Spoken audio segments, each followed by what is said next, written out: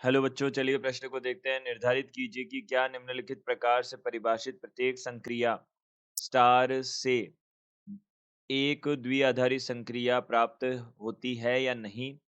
औचित्य के साथ स्पष्ट कीजिए। आर में ए स्टार बी बराबर ए बी की घात दो द्वारा परिभाषित संक्रिया स्टार। तो देखिए यहाँ से हमारे पास क्या है। हमारे पास सबसे पहले मुख्य अवधारणा क्या होगी ये देख लेते हैं। तो मुख्य अवधारणा के अनुसार यदि कोई भी हमारे पास में संक्रिया स्टार है, वह किस प्रकार से परिभाषित होती है। वह हमारे पास में कोई भी समुच्चय ए गुणा ए से यह ए में परिभाषित होती है। तो यहाँ हमने यह संक्रिया बोली, यह द्विआधारी होगी। यह द्विआधारी यह द्विआधारी होगी यदि और केवल यदि इसका मान जो प्राप्त हो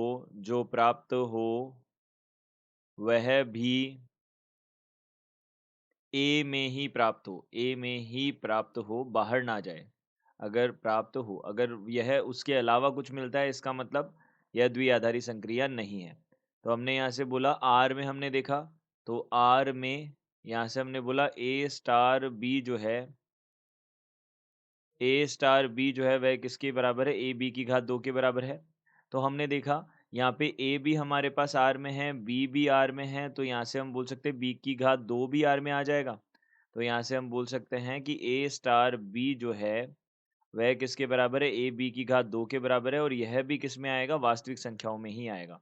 तो हम यहाँ से बोल सकते हैं इसका मान भी वास्तविक संख्याओं में ही आएगा।